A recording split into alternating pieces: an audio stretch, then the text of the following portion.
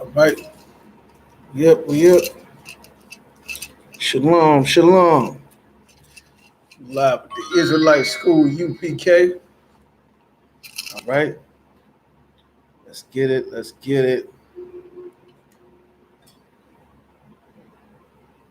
Shalom, shalom, shalom. All right, all right. We good.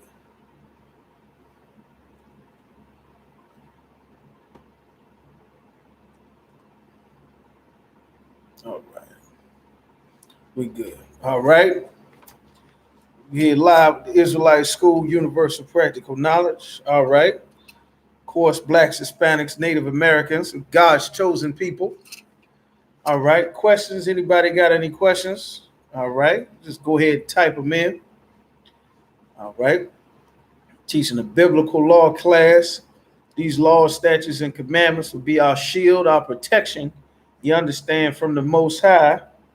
We obey the Lord. The Lord said he would make our enemies his enemies. He would fight on behalf of us, which we most certainly, whether you'd like to realize it or not, we need the Lord fighting on our side, because we in all kind of jammed up situations. We in hell, all kind of suffering and things that's going on. Tonight we will talk about something that's very important and close to the Most High. You understand? We're going to give brothers and sisters a chance to get in here. Y'all sign in for attendance. Just put your name, city, and state. Everybody hit the thumbs up, the like button, share. You understand? We're going to get into something real heavy. You understand? Real important, man. That the Lord has written in the laws. All right? Like these laws, it's a breath of fresh air once you're in it. That's why we tell all brothers and sisters, man, to get in the I.S.U.P.K. All right? Get in the I.S.U.P.K., the home of the truth. This is the body that Christ died for. You understand? The Lord wants you to love your brother. To love your brother, you understand? Love your sister. You understand? Another black, Hispanic, or Native American man, like the Lord wants you to love them. The Lord wants us to love each other, which is something that is so very lacking in the black, Hispanic, and Native American community, because we are not taught what love is according to the Most High. We're going to get into brotherhood, sisterhood in the law. Like these are commandments from the Most High. And what the commandments are doing, the commandments are really telling our people to not be cruel, evil monsters to each other. That's what the law, statutes, and commandments are. They're telling our people to not treat your brother. Don't treat each other the way our oppressors treat each other. Don't deal with us. Deal with our treat one another special, like their life actually matters. A lot of people went out to protest on those marches with Black Lives Matter and This Life Matter. A lot of people went out to protest, which is something that our people love to do. But a protest does not change. You understand? That doesn't change how we deal with each other on a regular basis. That doesn't change how we live our lives on a day-to-day basis, man. The scriptures tell us the proper way to do things, but our people have not been educated, you understand, on what the Lord says. All right, so let's get this here. We're going to start with what it means to love in the scriptures, man. This is very important to know, understand. So 1 John chapter 5 and verse 2, that's where we're going to start. All right, 1 John 5 and chapter 2. So it states here, by this we know that we love the children of God when we love God and keep his commandments. What it's saying that love God and keep his commandments, the law, statutes, and commandments, loving the Most High, loving Christ, they are all directly tied into how you treat your brother. You understand? How you treat another black, Hispanic, or Native American man. Let me see. Hold on. Okay, there we go. I see it now. How you treat a black, Hispanic, or Native American man. All right? Like that is directly, that's why it's so cruel And it's so criminal when the Christian church says to love everybody. God loves everybody, no matter what color, what race. When they say no matter what color, they're only talking about black people. They're only talking about black people because they're talking about black people and white people because no other people on the planet are categorized by color. And it's very spiritual when you hear the words, it's not about color. It's not about color because historically, our oppressor has attacked people based on their color. No people more than so-called black people, which is blacks, Hispanics, and Native Americans. They have chosen to attack our people. And when you hear it's not about color, it's not about color. I mean, when you hear color doesn't matter, race doesn't matter, what they're saying is you do not matter as a black person, as a Hispanic, so-called Hispanic, Native American. They're saying you do not matter. Your life does not matter. Your story does not matter because you would never tell a Chinese person it's not about being Chinese. The Stop Asian Hate bill that Joe Biden and Kamala Harris in the Senate that they passed in America, the Stop Asian Hate bill was not because all people are being oppressed. It's not because it isn't about being Asian. The bill was passed specifically because they are Asian. So why did they not? There's already legislation on the books against committing a hate crime, targeting someone for gender, for race, religious beliefs, sexual orientation. Those are the guidelines there, or country of national origin. Those are the guidelines to determine what is a hate crime. Those laws are already on the books. So why now do they go out of their way to make a law to highlight the fact that these people, that Asians are not to be attacked because their lives matter? And the reason their lives matter is because they are separate from America. And because they're separate from America, America not only had to respect them for it, even though America is preparing to go to war with China. There's going to be a third world war. America is going to go to war with China. America is going to go to war again with Korea. America is going to go to war with Asia again. America is going to go to war.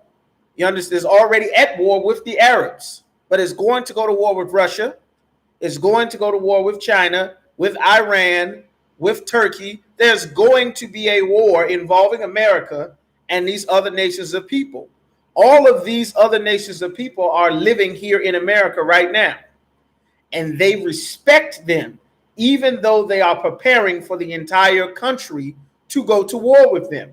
They respect these other nations of people because they are separate, because they maintain their culture, their heritage, their way of life. You understand? They respect that. And because they respect it, even though America is preparing to go to war with them, they pass a bill to make sure that they're not targeted the way that blacks and Hispanics and Native Americans are targeted, because we are not together. We are not separate from them. You understand? And we do not have brotherhood amongst each other, which is very important, which is in the law of what the Lord said. All right. So, all right. So now, 1 John 5:2 again, it says, by this we know that we love the children of God. Loving God is loving the God of this Bible is directly tied to loving his children. You understand? People have misconceptions and notions about the Bible that it does not involve a specific people. That's an absolute lie. You understand? In order to love God or love the God of this Bible, you must love his children, so-called blacks, Hispanics, and Native Americans. And how do you show that love?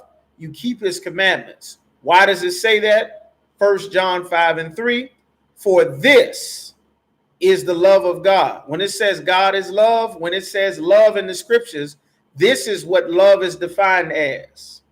That we keep his commandments, meaning we keep his laws, statutes, and commandments. That is what love is. You understand how important it is to know the commandments? Otherwise, you are incapable, which was the original statement for the class. How do you love blacks, Hispanics, and Native Americans? How do we love each other? You understand? Most of us grew up not knowing God's laws, statutes, and commandments. We grew up not knowing, God's laws on marriage, God's laws on sex, God's laws on what to eat, what to celebrate, how to raise our children, how to have a marriage, God's laws on economics, God's laws on food, on business, on dealing with the other nations of people who are not your brother or your sister or the children of thy people. Like, we were not raised to look at one another differently from how we would look at a white man and an African and an Arab and an Asian and an East Indian. But they all are raised to look at you differently than how they look at each other. The Chinese are raised to look at your black and Hispanic babies different from how they look at their Chinese babies. Our oppressor, the so-called white man, Karen and Becky and Bobby, they are raised, well, not Bobby, because Bobby is a brother's name, you understand, a lot of times. But Karen and Becky and Ken and Duggar and Hunter and Gunner, you understand, they are raised, and Hunter and the Bidens and the Clintons and the Bushes and the Trumps and the Cheneys and Rumsfelds and Durgan Meisers. They're trained to look at your children differently from the way that they look at their own children. And they are supposed to do that because they have love for their children. The lions are trained to look at non-lions a certain way. The buffalo are trained to look at non-buffalo a certain way. The zebras, the gazelles. God created everything with a perfect balance. And it is evil and it is satanic to call that racism. When the Lord created for every people and everything that he created to have their own place with their own set of resources, their own everything that they would need to survive as a species, as a people, as a nation. The Lord created them a certain way and he put them in a certain place. The problem is we are not in the place that the Lord created for us. We lost that place because we did not follow these rules that we teach in these law classes, these rules about how to, how the Lord said to live our lives. All right. So that's the love of God, that we keep his commandments. Okay. Leviticus chapter 5 and verse 3. For this is the love of God, that we keep his commandments, and his commandments are not grievous. You understand? Okay. Like, it's not a grievous thing to keep the Lord's laws, statutes, and commandments. What's grievous is to break his laws and then face the consequences after you've broken these laws, which we constantly live in those things. But let's get some more, man. What does it mean to love one another? We're going to go now to Mark chapter 12 and verse 30. All right. Mark chapter 12 and verse 30. It says, as a matter of fact, let's get here. Mark chapter 12 and verse 30. All right. As a matter of fact, let's start at verse 28. All right. Shalom. Yahweh Shem Shabbat Yahweh Shema Latashim Yahweh Shah. Shalom. Shalom, sis. Shalom, brothers. All right. Mark chapter 12 and verse 28. Now, this was a conversation between Christ, and it's going to tell you who he's talking to. All right. Mark 12 and 38. And one of the scribes came. The scribes are the people that take the records. They write down everything that's happening. That's who the scribes were. They write down, what everything that's being said. Okay. That's how we got these records here in the Bible. If you look up scribe, you'll see how many times the word scribes come. Is the note taker. So one of the scribes came, and having heard them reasoning together, he heard brothers speaking, and perceiving that he had answered them well. He heard Christ answer a question, and then he said, Christ answered them. He did a good job based on him, because this is the brother taking all the notes. You want to get good at understanding the Bible and the scriptures, you should come to class and take notes and ask questions, just like this scribe is doing. You understand? So it says, he came to Christ and asked him, which is the first commandment of all? Verse 29, and Yahushua answered him, the first commandment of the first of all the commandments is, hear, O Israel, the Most High, our power is one power, or the Most High God, or the Lord our God is one God. You understand? Meaning he's not many, he's not multiple. Most people have heard this before. Most people also have no idea what is meant or why that's being said. You understand? There's numerous reasons. One, there is no Trinity. There is no multiple gods, none of that. Christ said numerous times he was not the Most High. He said, I go to the Father to prepare a place for you. If he was the Father his damn self, there would be no reason for him to go. You understand? It's a lot. Okay. So he also said, the Father and I are one. But he also said the disciples and I are one. Now there's 12 disciples. So if Christ is the Most High because he said, my Father and I are one, then that means Christ is also his own 12 disciples. That means Christ is 13, 14 people. You understand? Those misconceptions come in from learning the Bible from men that God did not appoint to teach the Bible. Of course, by now, if you've been in these I.S.U.P.K classes for any point in time, you will have heard for good reason to learn that there is no one authorized to teach this Bible that is not still in the I.S.U.P.K. All right. So Christ answers him, is one Lord, God is one. That means there's no many gods, because all of the other nations of people worship multiple gods. The Asians, the various Africans, ancient Egypt worship multiple gods. Everything was a god. The sky was a god. The water had a god. The damn frogs was a god. The hippo, the cat was a god. The sun was a god. You know, everything was a god. The Arabs were the same way. They worship the stars and the sun and the moon, and the Greeks worship astrology and the zodiac signs. Everything was a god. A lot of you reading them silly horoscopes, practicing that damn divination and reading the stars, you understand, which is a sin against the Most High. Stop reading those stupid horoscopes, ruining your life. Some witch getting rich off of your simplicity, you understand, learning these foolish nonsense witchcraft horoscope sayings that mean absolutely nothing. You know, the Geminis, you know, they get money, girl. Everybody at work is not a Gemini. You all work together, dummy. Everybody is getting money right now. Like silly things like that. Well, you know how them Sagittarius are. They play music and instruments. They real good at music. So everybody is born in these same 3 months that plays an instrument that does anything musical. This is the silliness of following the other gods, which is why Christ is saying the Lord is one God. Isn't many gods, isn't multiple gods, not the God of all people. You understand? There's one most high power that controls everything. So that's what that means.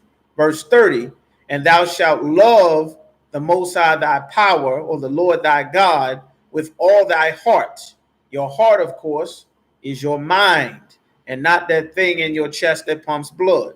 And with all thy soul, you understand, your soul is your being, and with all thy mind, and with all thy strength. The strength and the power that you have in your body, and in your mind, and in your willpower, that should all go to loving the Most High. And what does loving the Most High mean? That means to keep his commandments. So as an example, as a matter of fact, we're going to revisit this later. Let's not get ahead. This is the first commandment. And the second is like, namely this, thou shalt love thy neighbor as thyself. There is none other commandment greater than these. You understand? Who can type in and tell me what it means to love your neighbor as yourself? All right. Y'all just type in there, okay? While I read verse 32, y'all type it in. It says, and the scribe said unto him, well, master, thou hast said the truth, for there is one power, and there is none other but he. You understand? That's where the Muslims like to get that from. They take sayings from the Bible that doesn't apply to them at all, or that book that they made up, the Quran, at all, after bastardized comic book stories that they made up to try to make Muhammad and the Arabs seem important, even though they are not important at all. You understand?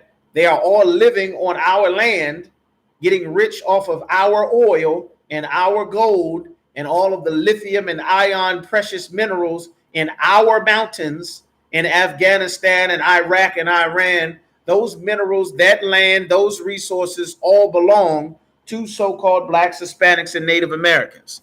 That belongs to us. That's where we come from. That is our land. It is also the most fought over land on the entire planet. Not Africa. It's a lot, kid. Sorry. Not Africa. You know, they talk about Africa, the motherland, and all of this kind of nonsense. Africa is not the motherland. It is not the cradle of civilization. Life never started in Africa. Africa is a zoo filled with wild animals, people struggling to find places, you know, to get food and water, and living in remote areas that don't know how to scout places to live. They end up living in areas without a water supply, without adequate shading, without adequate food supply. They're always getting sick and suffering because Africa is not the cradle of civilization. That is not where it all started. That's another lie. Okay, Mosai and Christ. That's another lie that our oppressor pushed, that Africa is the birthplace of life, while anybody who's smart and all of their Illuminati and Freemasons and secret societies and every world government knows that the Fertile Crescent has always been in the Middle East, and that's where life started. All right? So that you don't think the same foolish things that every Christian thinks. You can learn the truth about life when you come in the I.S.U.P.K. and stop believing in Christian fairy tales. You understand? So just as a sidebar as well, the other nations of people are not special. There's no NFL. There's no NBA. There's no, you understand? They're not running up and down track and fields at 20, 10, 15 miles an hour, jumping over 4 and 5 people. Arabs can't do that. That's why the NFL is filled with black men. You understand? Oh, everybody plays basketball. They have the Italian leagues up in Italy. Italy is one small country. There's no Italian leagues in the Czech Republic and in Russia and in Germany and Bulgaria and Slavistan and Slavnakistan. They don't have the NFL and NBA over there. They're playing a game that is boring and dead, that no one gives a damn about, like a rugby or lacrosse. You understand? But God's chosen people are running and slamming into each other at 300 and 400 pounds, crippling quarterbacks in the NFL and NBA. That's why it's a $1 trillion industry, because it's filled with the Lord's chosen people. The same as basketball, doing dunks and windmills and dunking over people. There's no LeBron James in Africa. There's no Kobe Bryant, Michael Jordan, Karl Malone. There's no Shaq, Kevin Durant, KD. You understand? They don't have those in Africa. The Africans cannot produce a T.I. or Michael Jackson or Jay-Z. You understand? The Arabs and East Indians and Asians, they cannot produce a Rihanna or Beyonce. You understand? They cannot produce Megan Thee Stallions and Cardi B's. They don't have the personality to attract attention the way we do. They don't have the style, the flavor, the charisma. You understand? They don't have anything compared to us. And we don't even know who the hell we are on the planet Earth or have our history and our records. We are the Lord's chosen people. There is nothing special about any other nation of people on the entire planet. And the love of God is for you to realize this and to treat God's special people a certain way. The Lord has always been trying to teach blacks and Hispanics to look at each other as something great. You understand? Not look at a white woman like she's great. Look at your sisters like they are great. Look at a Puerto Rican woman like she is great. An Ephraimite woman. You understand? A Dominican woman, a Simeonite sister like she is great. a Judite sister, a black one, Afro-American, like she is great. You understand? A Mexican sister, the tribe of Isupk. Look at her like she's great. A Gadite sister. You understand? A Native American sister from the tribe of Gad. Love her. Look at her like she's great. Love her hair. Love her smile. Love her skin. Love her nose. Love her lips.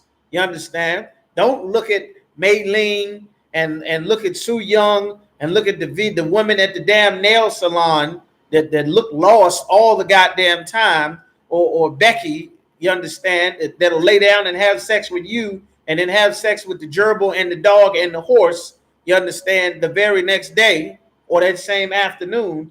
Don't look at them like they're great. Look at your sister like she is great. Look at your brother like he is great. Don't get money and become Venus and Serena Williams and then trash black men like the black man that raised them to give them that incredible ability and the edge to have that strength and that power coming from his seed to produce the top tennis playing women on the entire damn planet. I think they've broken more records.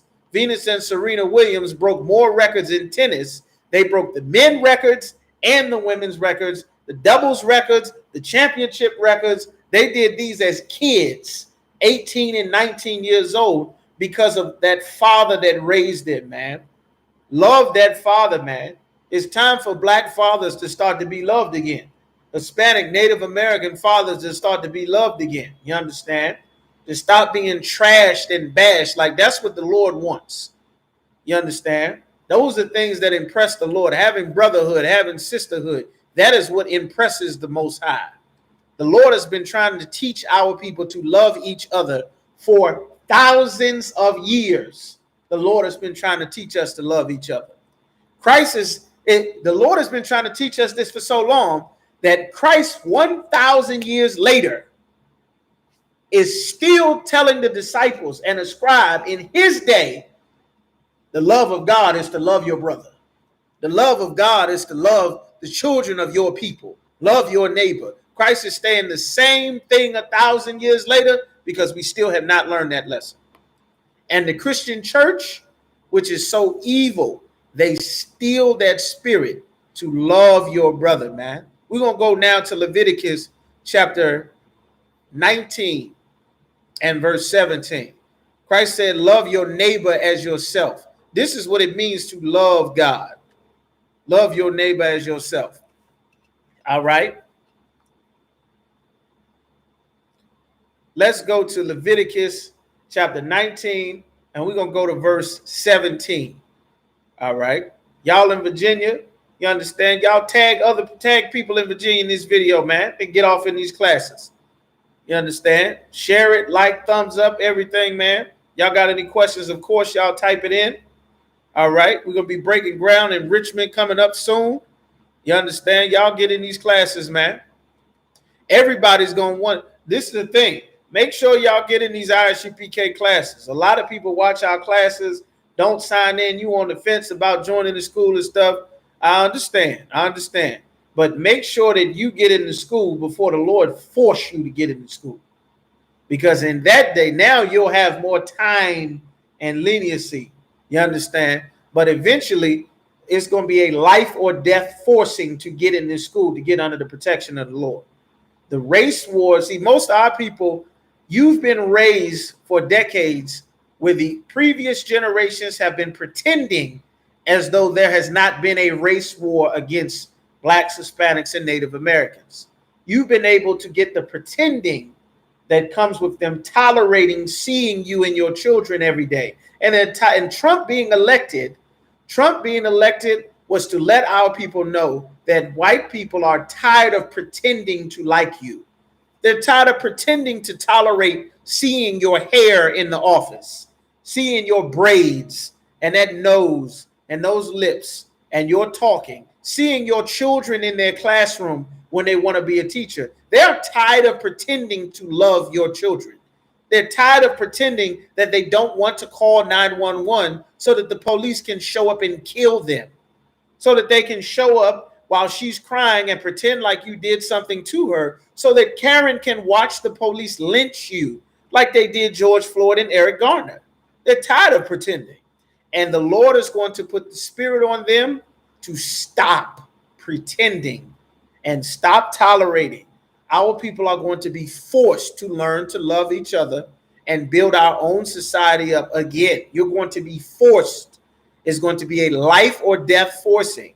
And when you violate those things, our oppressor is going to take the lives of our people, more so than what's happening now. These things are happening because the Lord is trying to wake our people up. And then every time we get halfway woken up, your lust, your sins separate you from the Most High. That Black Lives Matter it seemed like it was something good. It seemed like this is for black people. Everybody's fed. Oh, look, the Chinese are in here now. The Chinese are, oh, look, the Arabs are saying Black Lives Matter. Oh, look. And while you were thinking that this was something about loving you, it was really a political movement to get votes. It was a political movement so that the Asians got a bill passed to protect them, not you. They got what they needed out of their portion. While you are thinking this is something great for you, they played you. You thought they joined you and they played you. While you thought white people were marching with you, that finally this is Martin Luther King's dream. We're going to hold hands with our oppressor. And, you know, that slavery, I knew it was good white people. I knew it. They're not all, everybody's not bad. It's not about skin. Cause we just got to hug and just come together. That's right. We're not going to take it. And no justice, no peace. And you thought it was for you with your simple behind wanting to get love so desperately from your slave master, from your oppressors, so desperately wanting to be loved by America, which is only for our oppressor. And then at the end of it, they suckered you into voting. And you went out and voted thinking your vote matters, and you got Trump out of office, and then you heard nothing else. No more big protests. The police still killing and choking and breaking necks and breaking grandma's jaw and uppercutting her and body slamming her out the car. They still beating up Hispanic vendors and stealing their money from selling roses and elotes and fresh fruits on the street. They still stopping and frisking. ICE still kicking indoors, kidnapping people, separating families, only if you are Hispanic or if you're Haitian or if you're West Indian. You understand? That's who they're targeting, which is so much why the Lord wants our people to realize and to start to treat each other special, to start to love our own people, to keep his commandments. Let's go now to Leviticus chapter 19 and verse 17. It says here, thou shalt not hate thy brother in thine heart, meaning in your mind, don't hate your brother, meaning don't break the laws concerning your brother. Don't steal from him. Don't teach his son to steal. You understand? Don't rape his sons or his daughters. That's hating your brother. Don't have sex with his daughter and then throw her away. That's hating your brother, man. Don't have sex with a sister and then throw her away like garbage or old shoes. That's hatred, man. Don't hate your brother. Don't have sex with a man and leave him for another man. That is hating your brother. Do not murder that child, have an abortion. That is hating your brother. How do we know? Because the Lord said, thou shalt not murder. The Lord said, I kill and I make alive. I give life. So if there's a life that's growing inside of a woman, the Lord put it there.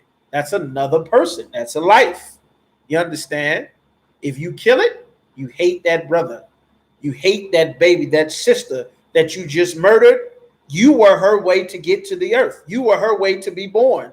The Lord appointed you to now do something that is not for your benefit solely, to not be a selfish Christian who only thinks about what's best for them.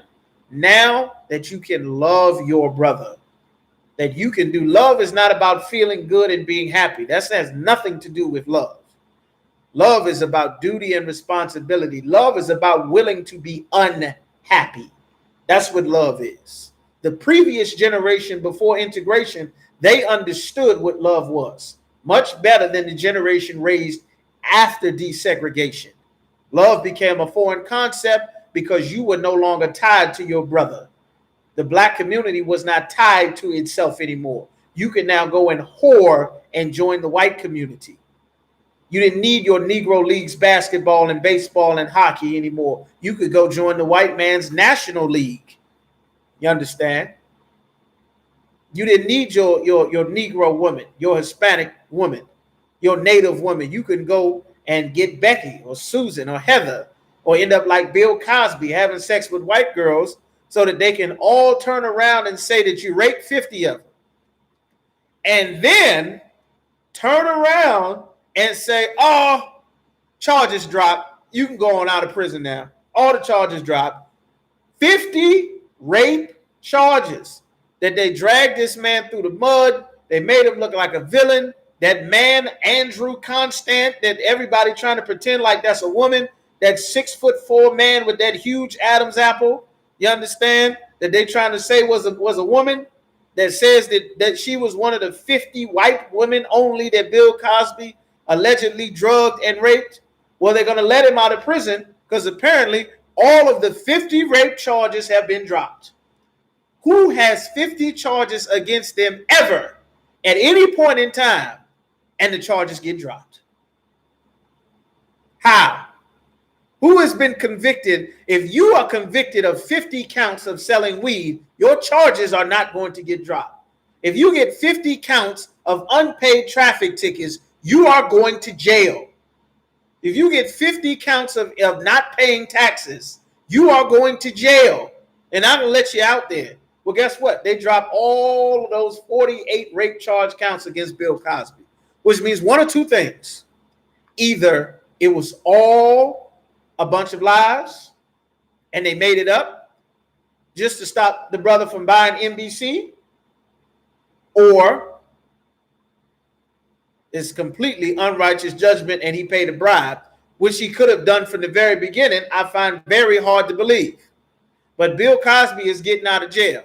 You understand? They're going to let him go and dropped all the charges. That's how evil this kingdom is. If the man was innocent, you shouldn't have locked him up in the first place, because there wasn't no damn evidence other than 50 people got together to say it, which seems like a crazy amount of evidence, only for the court to decide that, it didn't happen. It's over. It's all right. We can let it go. You understand? Like, that's how evil this place is. The Lord does not want us to love this place. And the more that we love America, the less that we can love each other. That's why we're going to read this. Leviticus 19:17, thou shalt not hate thy brother in thine heart. You understand? Thou shalt in any wise rebuke thy neighbor. Who is your neighbor? Your brother is your neighbor. And not suffer sin upon him. Do not commit a sin against your brother. Don't let your anger, your feelings, your emotion, do not let anything make you sin against your brother. You understand? Don't do that. There's other choices. A demon comes to make you sin. You don't have to sin. You can have thoughts and not act on those thoughts. You can think about killing your children, but you are not allowed to just kill your children out of your frustration. You can think about killing your woman, but you are not allowed to kill your woman out of your frustration. You can think about hating your husband. You are not allowed to leave your husband or hate or kill your husband out of your frustration at the situation that you are in. You are not allowed to break the laws because of how you feel at a time. Guess what's something very important about your feelings that Christianity does not teach our people? Your feelings will change. You may feel like killing somebody, and once you go, it's a demon that's on you. How do you know? Because the law in the Bible says thou shalt not murder. So if something is telling me to murder, it's got to be against the Most High, because I'm reading in the scriptures, because I've been taught that thou shalt not murder. And Christ said that the laws are not done away with. You understand? This is how you love one another. This is how you love your brother. This is the love of Christ, the love of God. You understand? It is directly tied to how you treat and care for his chosen people. All right? Don't suffer sin upon him. Do not have sex with his woman. Summer's coming up. You understand? City girl, hot girl, summer. I think we're in summer now. I don't know. I don't follow the white man season in his holidays, so I may be behind on some things. I believe summer has officially started. 22nd, 5th, something, whatever the hell it is. I think we're in it. But do not go and have sex with another man's woman. You understand? You're going to find yourself shot and gunned down in the street somewhere. Do not do that. That is hating your brother. You understand? A sin, something you do, the demon will leave you once you finish. Once you commit the sin, the demon will leave you. After the murder, you say, then the demon will turn and say, you ain't had to do that. It wasn't no reason for you to do that. It wasn't that serious, man. You didn't have to do that. You could have just left. You didn't have to do all that. That's why the scripture calls Satan the accuser of the brethren. The accuser of the brethren. Satan lives to go back and tell the Lord, see, look what they doing. They down here messing up. Look at these niggas. Look what he did. You see this nigga? They ain't going to act right. You need to just kill them. You understand? I won't let them, like, say that's Satan's job. You understand? The Lord get fed up. He turned to the evil angels. You understand? And the angels, they're giving out suggestions. Well, how can I deal with this situation? And then the Lord find an angel that has a suggestion. And then the Lord gives the approval. The angel goes and gets on somebody that's a wicked monster that does not obey the Most High. And the angel and the demon, who is just an evil angel, will suggest and put the spirit in your mind or in someone's mind to make them go and do some sin or some evil against the Most High. And then after the evil is done, you ain't had to do that. You ain't had to shoot them. You ain't had to steal that car. Look what you did, man. Look how you ruined this family. You done destroyed this. Look what you did, man. The demon will then leave you afterwards. Damn, look at you, man. You strung out on these drugs, man. Why did you take this hit, man? You ain't had to do this, man. You didn't have to smoke that. You didn't even have to come here. Why were you hanging with them? You know you ain't had no business. You know your mom told you to stay away from him, didn't you? This is why your mom told you. This is why your dad told you not to be in the streets. Didn't your daddy tell you don't be friends with her? And you wanted to be friends with that girl. See? You wanted to be, look what she did to you. Look what happened. Now look at you. You're on drugs now. You're on pills now. Your grades are slipping. You're lying to your parents. You all of this. Like, that's what a demon does. And this society is filled with the demons that come on our people because we do not have the word of the Lord to know how to love one another properly and how to have the spirit of the Lord versus the spirit of America, of democracy, of Christianity, of voting. You understand? All right. So let's get some more on that. So now, verse 18, thou shalt not avenge, nor bear any grudge against the children of thy people, but thou shalt love thy neighbor as thyself. The Lord is only concerned with you not wanting revenge and not bearing grudges against your own people. Nowhere in the scriptures did God ever tell you to love or not want revenge or not bear a grudge against another nation of people. Never did God say not to bear a grudge against our oppressors for slavery. In fact, in order for you to love the children of God, you have to despise our oppressors for putting the children of the Lord in slavery. There's no other way around it. Just like in order for you to love this woman that's been beaten or has been abused, you cannot also now love the person that's beaten and killing her. You can't. Love demands that you make a choice. You can't stay in the middle on love. You can't be in the fence on love. You can't love both sides. You understand? All right. So it says, but thou shalt love thy neighbor as thyself. I am the Lord. When it says thou shalt love thy neighbor as thyself, who can tell me why does it say as thyself? Y'all on Facebook, y'all on YouTube, man. Who can tell me why does it say love the Lord as thyself? Why does it say that? Y'all type it in here. All right. Love thy neighbor as thyself. Why does it say that? Let me get some ideas, man. I got sisters in here, brothers in here. Why is the Lord saying that? Love thy neighbor as thyself. All right. Y'all type it in, man. Who in here? Calling names. Who in here? You understand? A young man, Virginia Beach. You understand? Not your Raj. Your Raj got all the answers. We get Troop Young in here. Anna in here. You understand? Sister Chantilly in here. Sister Rain in here. Kaya in here. Who else in here? Rashah in here. Rashah got all the answers. Who else is in here? Troop Young in here. Why is the Lord saying that? What does that matter? Why does it matter who you loving? Why can't you just love whoever the hell you want to love? Why does that matter? You understand? Why does the Lord specify the Lord thy God? You understand? Let me see. Because if you don't, then you're showing hate towards yourself and your neighbor. If you don't, okay. All right, these are some good answers. Let's take a look. Why does it keep scrolling up? What the hell is going on? It's in a loop. Because you won't do yourself wrong. Okay, you won't do yourself wrong. All right. Tupac said you won't do yourself wrong, Sister Kaya, because if you don't, then you're showing hate towards yourself and your neighbor. That's correct. That's correct. There's a much blacker reason. You understand? Don't think too biblical. Just think niggas, if you will, just so to speak. You understand? Just think regular black people that don't know and don't understand the Bible. All right.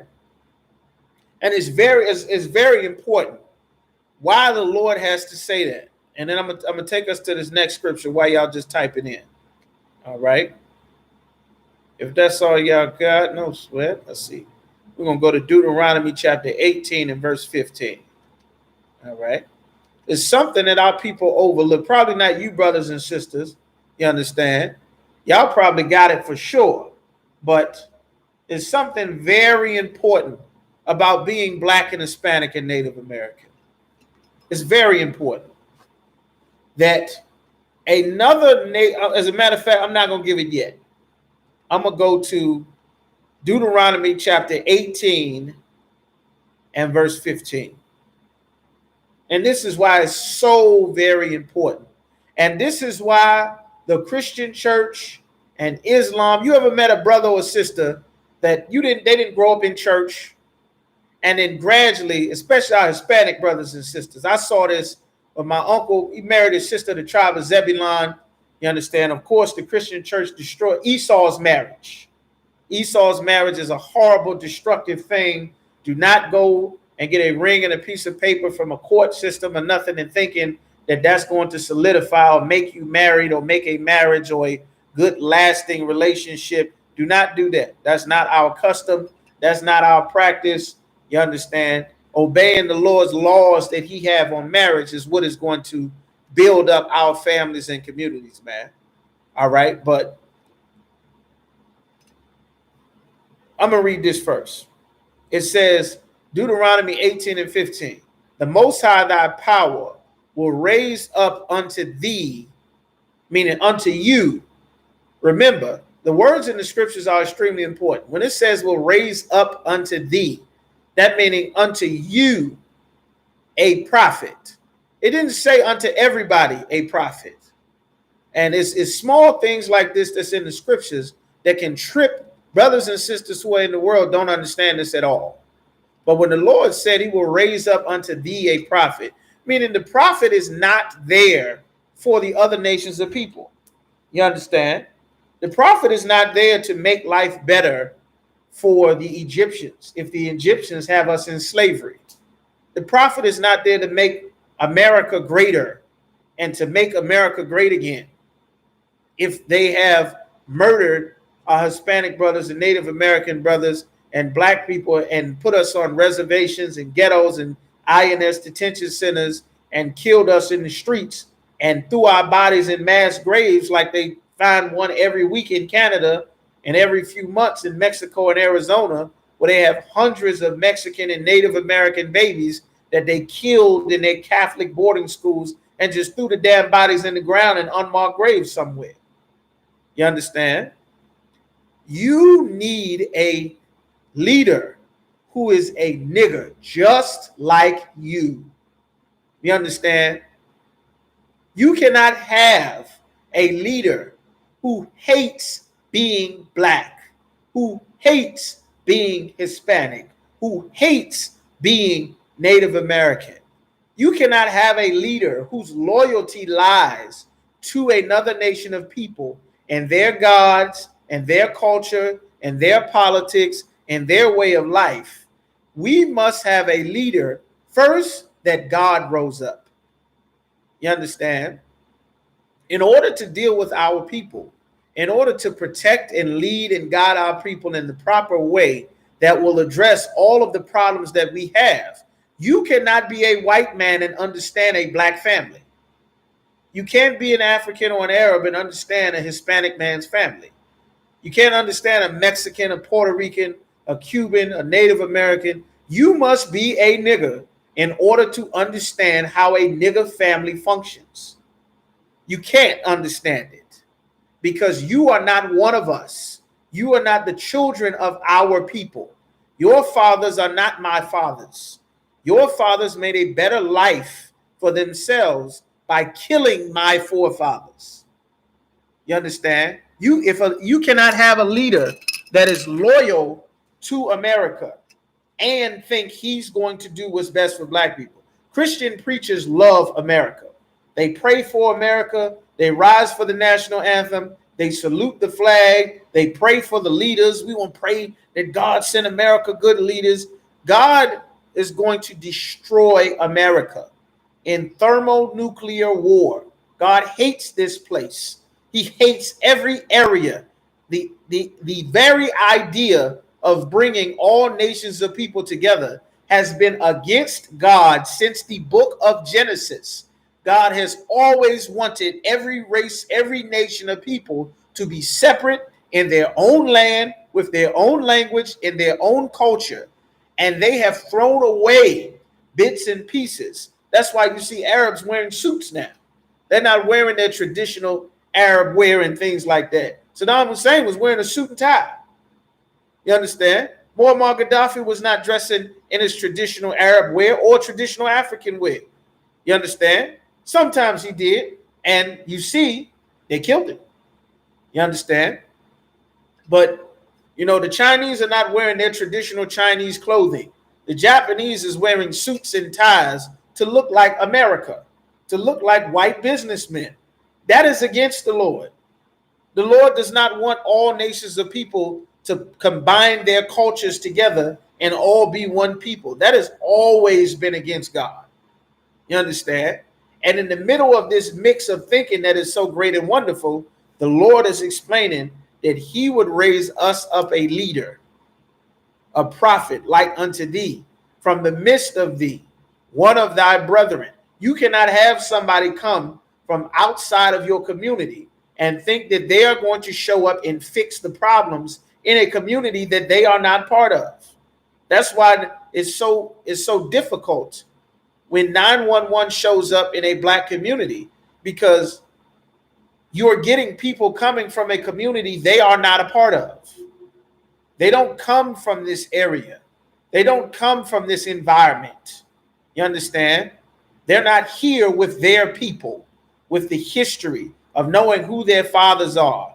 You understand? Knowing where they come from, what land in Europe and these places. They don't have the baggage of hundreds of years of slavery, of purposely focusing to break down the society of our people, focusing to put the strong bucks to fight against each other for their boxing and their UFC and their Mandingo fighters and their fights down in Brazil, their nigger fights. You understand? Where they pit two strong brothers to fight each other in their Caesar's palace, in their gladiator arenas. They've been doing this to us since the Romans and the Greeks, since the days of the Maccabees. They have been doing this to us. Their society has developed so that it can crush our people. You cannot have a leader who loves their history their heritage, their culture, now come and be put in the middle of your Black, Hispanic, and Native American community, they're going to look at you and say, why can't we raise the rent $1,000? Shit, we got $1,000 extra dollars. Why can't we make the $2 burger $10? Why can't we get rid of this nigger grocery store and put up a Trader Joe's and a Whole Foods? They can't afford it. Why? I can afford it. What's the problem? Why don't you just get up and go work? I get up and go work. Why don't you just make more money? That's what they say. Pull yourself up by your bootstraps. But they take into consideration that they were born with boots, that they have a supply of boots, that we make boots for them, that we work to make sure that he's had a supply of boots for centuries. Blacks, Hispanics, and Native Americans have been working so that he was born with boots, so that she was born with these rights, with the wealth from hundreds of years of selling cotton and sugarcane and tobacco and slaves and banks and insurance companies that were built off of stealing the inventions that came from Black people who weren't human beings, from Hispanics, from Mexicans and Indians who were just savages, and they weren't real people like white people are real people. They're 3/5 of a person. It's so many of them, we got to count them, but they're not really people like you and I are people. But we got to have some sort of form to represent all of these human beings that are around. So we got to name them something. So we'll make them 3/5 of a man. Like, that's on record. You can't have people loyal to America, love America, salute the flag, pledge allegiance, celebrate its Independence Day, and still care about your problems being Black and Hispanic. You growing up without your father. Half of our people getting molested as a goddamn child and halfway crazy out of their mind, and then go run and get addicted to heroin and coke and pills and weed and everything because a significant portion of our society has been thoroughly damaged. And if you don't love Blacks, Hispanics, if you don't understand God's laws, statutes, and commandments, you are ill-equipped on loving our people. We've never been taught. So it's only natural that you will not take out your frustrations on the people stronger than you because you respect the Arabs. That's why Black people are Muslims. You respect our oppressor. That's why you rise for the national anthem and salute the flag and join their military and their police force, and you pray to their God and you celebrate their holidays. You don't care about the ones that's in the Bible because this is the God that you love and you serve, the God of Christianity, that white image of Jesus Christ, who is Caesar Borgia, who is not the Jesus Christ of the Bible, because the Bible say that Jesus Christ was a Black man with eyes red from drinking wine, with hair like wool. You understand? We should love ourselves. You understand? That's right. We have to be taught how to love our people. And it's so very important that the brothers and sisters, that the brothers come into the I.S.U.P.K. so that they can be dedicated to teaching our people the way that God said we have to love one another. We thought being Black Panthers was how we love one another. We thought being gangster disciples and Bloods and Crips is how we love one another. We thought going to church and being a Baptist, like Grandma taught us to be, was loving one another. We thought being a Catholic, like Abuela said, was how we learned to love one another. Then we find out the reality was, because we took democracy and Christianity and America's culture and Western culture and Arab culture and the culture of the East Indians, dreadlocks and smoking weed and getting high, we took these cultures and it made us hate each other. It made us shoot each other. It made us kill each other. It made us stop believing that sex was marriage, and you have sex with a sister and throw her away. You get pregnant and then kill the baby. That's the society, the loveless society that we grew up in. You understand?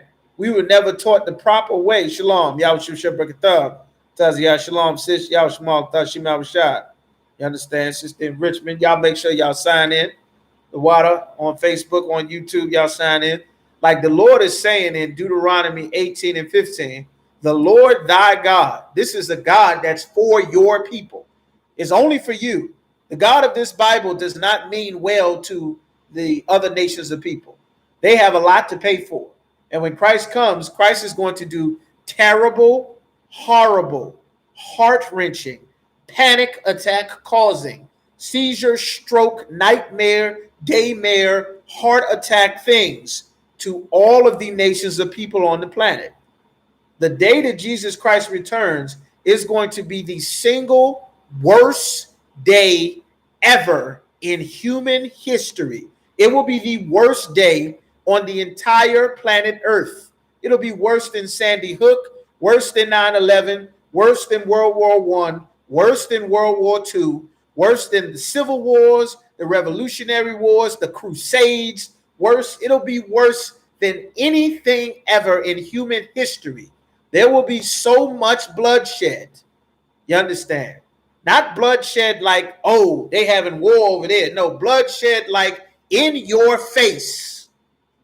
There will already be a civil war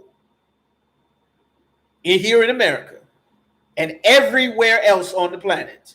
There will already be a race war where the other nations of people will all be fighting each other, while blacks and Hispanics and Native Americans are being taught to join everybody's team, not realizing Christ said this was going to happen. See, there's a consequence to not obeying the Lord. There's a consequence to not obeying the prophet that God set up to teach you. If you are in Virginia, Commanding General YAHANNA appointed prophets in Virginia to teach you brothers and sisters in Virginia the correct way that the Lord expects us to operate. Now, if brothers and sisters choose not to follow who the Lord appointed to teach the correct way, there's a punishment for not obeying who the Lord put in power. We only got crack, weed, and all of these horrible things and 20-year sentences and life without parole. The only reason they were able to do these things is because our people chose to be Muslims and everything else, and Democrat and Republican, and integrate, and whatever they felt was the right thing for themselves to do at the time, versus this scripture, this commandment that we're reading right here, right now. That's why this law class is so important, man. Y'all brothers and sisters, if you're not slaving, man, y'all take notes, man. Y'all write these notes down. Notes are very important, man. If you didn't pay attention in high school and middle school and you never liked school, understand it is spiritual in here. You are learning lessons that will be life and death someday. You understand? Make sure you write it down, take notes, ask questions. These are important things here. All right. If you were raising up a buffalo, or if you were a deer and you had to raise up young deer up underneath of you, you had better learn to teach your young deer about the hyenas and the lions and the jaguars and the leopards that would come and kill it. That's very important, which is why it's so very criminal why Christian preachers teach blacks and Hispanics that we have no enemies when every other nation of people recognizes that they have enemies. Martial arts were created so that one nation of people could have an advantage for their people when they had to be in conflict with another nation of people that would come to invade them for their resources or to make their people slaves underneath of their God and their culture. That's why martial arts were invented. That's why karate and the different forms of karate and taekwondo and Brazilian jiu-jitsu and Krav Maga and all of these different martial arts and fighting styles, they created to kill their enemies. The M16 was created because our oppressor knew he had enemies. That's why they made missiles and rockets and B-22 bombers and Navy destroyers and the AK-47 and the Peacemaker and the assault rifle and the shotgun and the double barrel. They knew they had enemies. Our people are the only thing in all of God's creation that is under such a witchcraft from the Christian church and our oppressors for disobeying the Lord. It is such a horrible witchcraft that is literally going to cause 2/3 of our people to lose their lives. That means 2/3. That's 2 out of every 3 black Hispanics or Native Americans that you see or have ever saw. They are going to die, prophesied, in this third world's war that's mentioned in the scriptures. It says 2/3 of our people will not survive it. That's from civil war, race war, world war, and the return of Christ. Like the Lord is allowing our people time to prepare, to come and get in the truth, to learn, to change our lives so that we can have that protection from the Most High that comes with obeying him. You've seen the Christian church don't have the protection of the Lord. White boy rolling the Christian church in South Carolina, killed 9 people and walk out. Police take him to Burger King. His name is Dylan Roof. You understand? Praying to Jesus, praying to having the Virgin Mary and the rosary and doing all of this nonsense. That doesn't protect our Hispanic brothers and sisters. Getting beat, getting separated, getting tased, gunned down, drowned in the damn river, getting killed in the INS detention centers. All of that Santeria. Islam is not protecting the ghetto. Slamming your head on a rock, praying to Allah. You still going out the door getting shot all over Baltimore, all over Richmond, all over America, all over Central and South America, all throughout the Caribbean. None of these gods, not Rastafarianism, is not protecting our brothers from the Arabs and the East Indians from ruling over them cruelly in the West Indian Islands. You understand? Jah Rastafari, them East Indians is not having brotherhood with Negroes in Trinidad, with the Amerindians in the West Indian Islands. They're not trying to have brotherhood because you grow dreadlocks and smoke weed, which is their culture. They don't want to have brotherhood. The Arabs in America are rich. America has been at war with the Muslim world, period, for 20 years since 9/11, and you cannot show me video footage of any group of red-blooded Americans snatching an Arab out of a police car and beating him and kneeing him in the ribs and showing up and stomping on his face and letting the dogs bite his nuts and bite his leg and accidentally shooting his kids in the back. Oh, I was in fear for my life. Bang, bang, bang, bang, bang, bang, bang. Oh, shit, I was scared. I'm sorry. I didn't know what I was doing. They don't do that to them. And America's at war with them right now. They're not getting kicked out of the country. They're here illegally. They're not being arrested. They're not being cited for their violations. And they purposely are doing these things to us because we are God's chosen people and we are not, as a whole, following the prophet that the Lord set up to lead our people. That is Commandant General YAHANNA, you understand? And he appointed men under him to lead and sent them to various places to raise up these cities and these states, man. Understand something.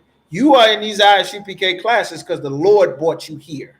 And you are going to have to fight Satan to stay in here so that you can learn how to come under the protection of the Lord, so that you can learn, so that we can learn how to change our lives, so that the Lord will look down when he's sending all of his evil angels to wreak judgment on the earth that no Christian wants. That judgment day is coming from the Lord. You understand? Christians is praying that that day don't come at all, when that's the actual way you get salvation. That's the return of Christ. Like Christianity is so anti-Christ that it teaches us to live a way that is completely against everything God ever said to do. That's Christianity. That's what grandma believes in. That's what granddaddy believes in. That's what the drug dealer believes in, the drug user, the pimp, the rape victim, the rapist. You understand? That's what the murderer, that's what the slave and the slave master believes in that. And it is all against God. And another thing, you don't realize how evil that LGBT community, that you Christians kept silent and helped your gay best friends and your lesbian cousins get rights for marching, everybody waving them rainbows. You don't understand what Sodom and Gomorrah was. Y'all don't understand what Sodom and Gomorrah was. Y'all done accepted this evil and did not stand against it. Only the I.S.U.P.K came against that. Head up from the very beginning, since the 60s, before you knew the connection between all the child molestation, before there was this push and movement to accept this alternative lifestyle nonsense.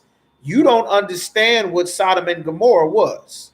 These were cities with flaming cross-dressing, the same way that you wanted, the LGBT. These were entire cities filled with men that was going to rape men that they saw at the drop of a dime.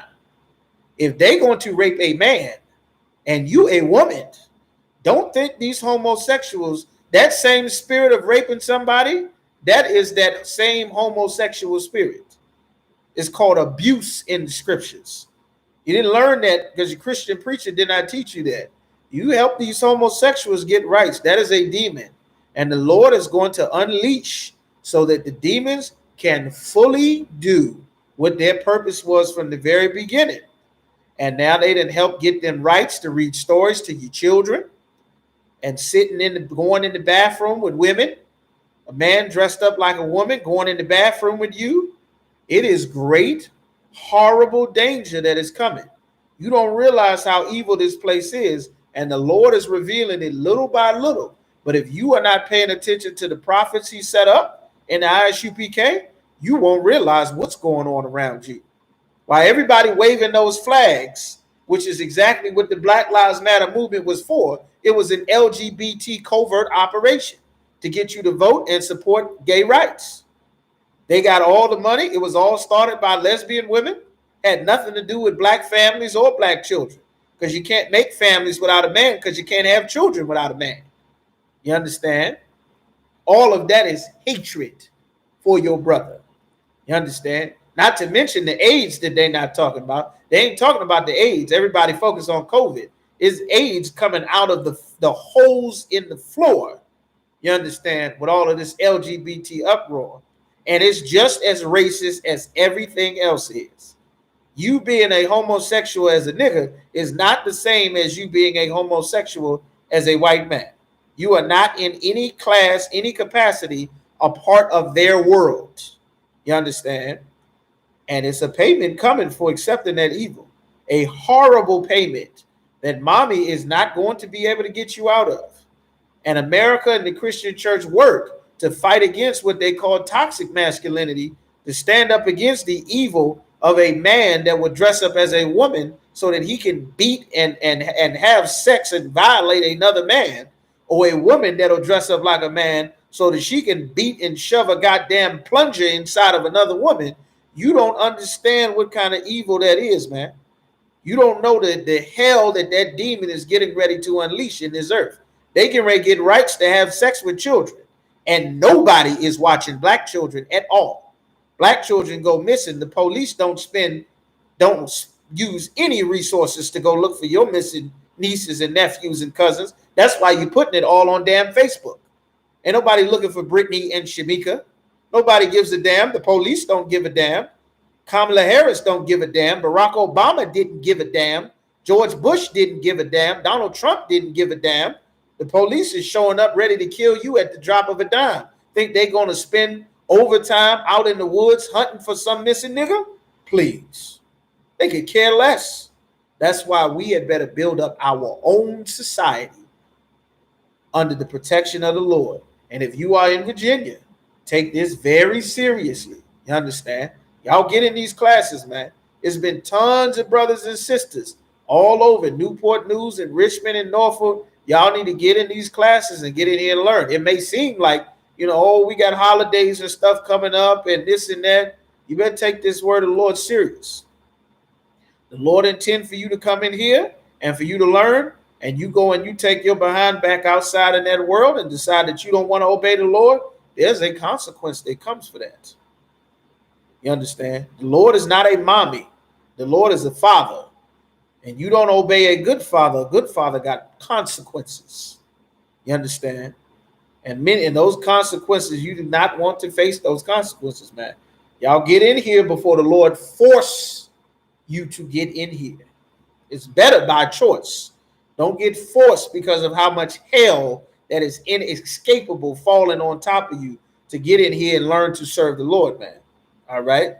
So Deuteronomy chapter 18 and verse 15 says, the Lord thy God will raise up unto thee a prophet from the midst of thee, one of thy brethren like unto me. Unto him shall ye hearken. You understand? Meaning the Lord is going to raise up a leader that you are going to listen to. It's one of your brothers. You're not supposed to be looking for leadership from the White House. The White House is not for you. The mosque is not for you. The Christian church may have a black preacher, but that preacher is not for you. You understand? Christianity is loyalty to white supremacy.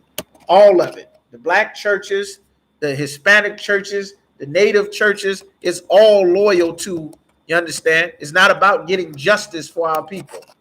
It isn't about stopping our oppressor from being able to commit crimes against us and get away with it. It's about just hugging and singing and dancing and just everything going to be all right. You understand? That's what they're teaching our people. Nobody else is being taught that.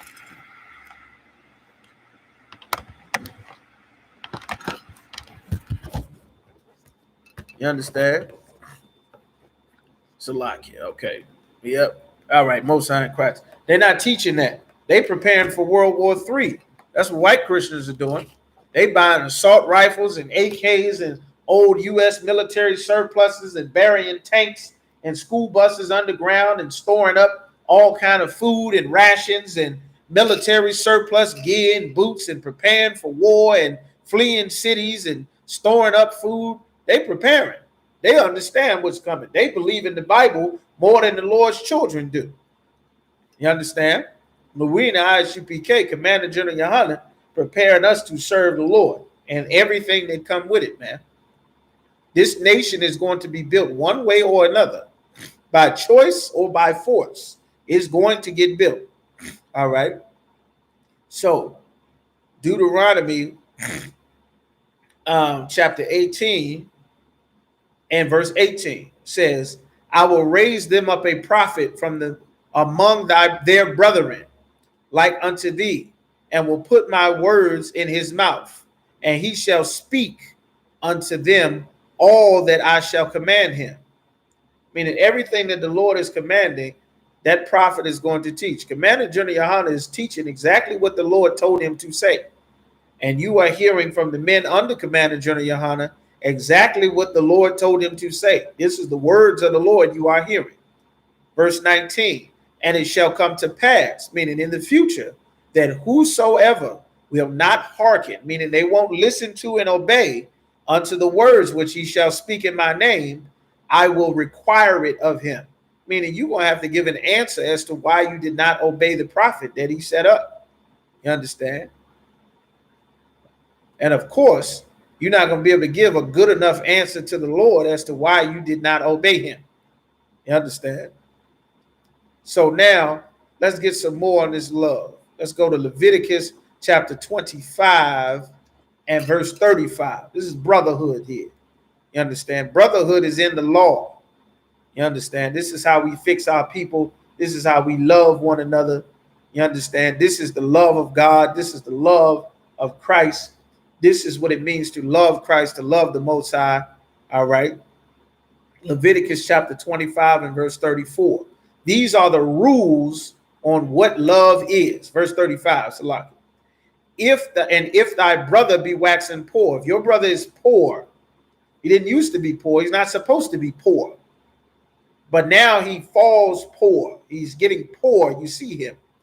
And falleth into decay with thee. You understand? He fall in decay. He falling out, man.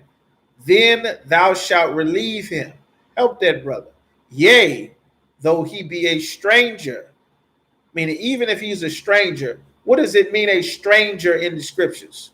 Let's see who pay attention, man. Got Nahar in here, a couple of sisters in here, Anna, Kaya in here, Bashar in here, sister in Richmond, a young man in Virginia Beach in here, Tazayada in here, Urash in here. What does it mean when it says that? What does that mean? Y'all type in. Type in here to me. What does that mean? What stranger is he talking about? You understand? Because there's laws in the Bible on how you deal with a stranger. All right. Y'all type in, man.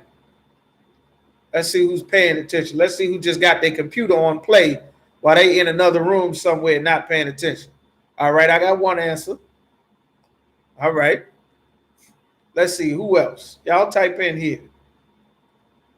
Unless everybody is at work, sitting at their desk, at their office, and y'all can't type in. Y'all type in, man. All right. Y'all type it in here. All right. There's one answer. Only one person knows. All right. We're going to get moved along. Y'all type in. Y'all got sisters in here, brothers in here. All right. Not of Israel. Okay, we got two. One other nation. Sister said, not of Israel. Shalom. Y'all small. Thought she says. All right. Not of another nation. Okay. Let's see. So that's one thing there. There's laws in the Bible on a stranger. So this stranger here is not talking about a heathen. Right. A lot of people said that. Those are good responses, and that you responded, but those responses are not. That's why I brought this scripture up. That's not the correct stranger here. All right. And I'm gonna get it. There's laws on a stranger. Very important laws on a stranger, that you understand how to treat a stranger. And it depends on what they are. So in this scripture here, a stranger is not one thing. You understand? A stranger here, it says, and if thy brother be waxen poor and fallen into decay with thee, then thou shalt relieve him. So in this time, your brother, let's say you are a Judite.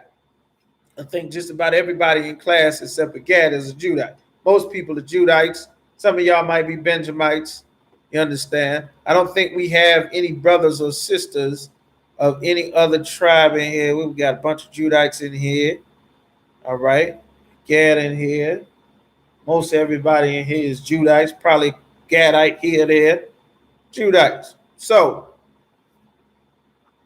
in the land, the people that you would see would be Judites.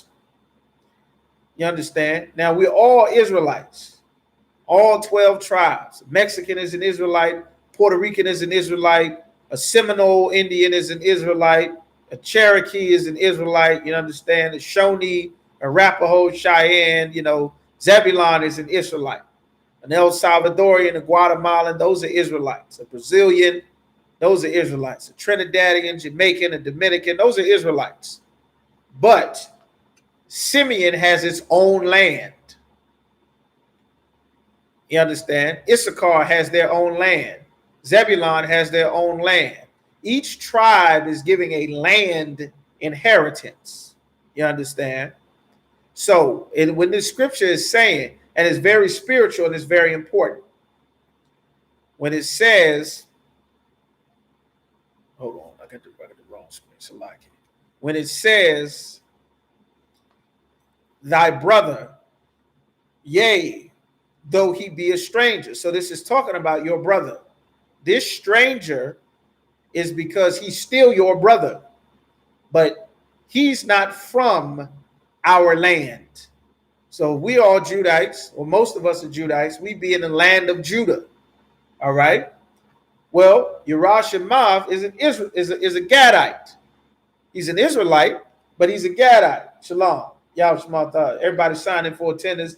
Sister waving at me. Key to make sure you sign in for attendance. All right. Most sign Christ. Yerushalmav, just use Yerash as an example. You understand?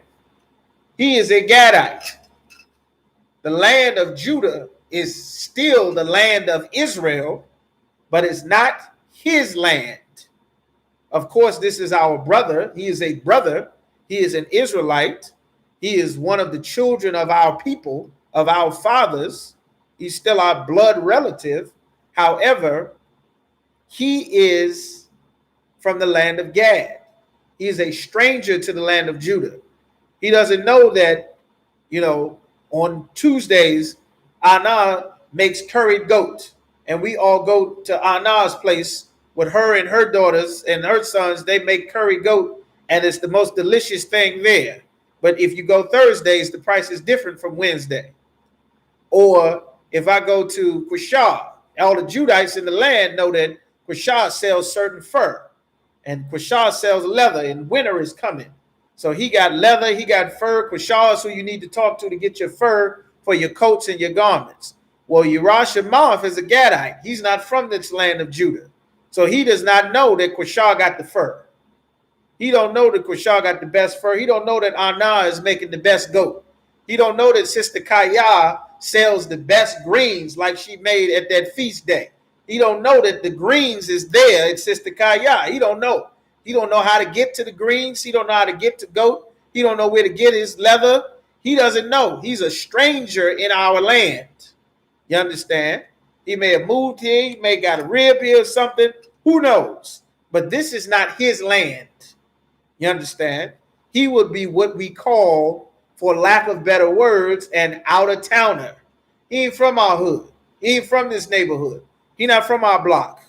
He from a different part. He ain't from Richmond. He from Newport News. You understand? He ain't from Norfolk. He from Chesapeake.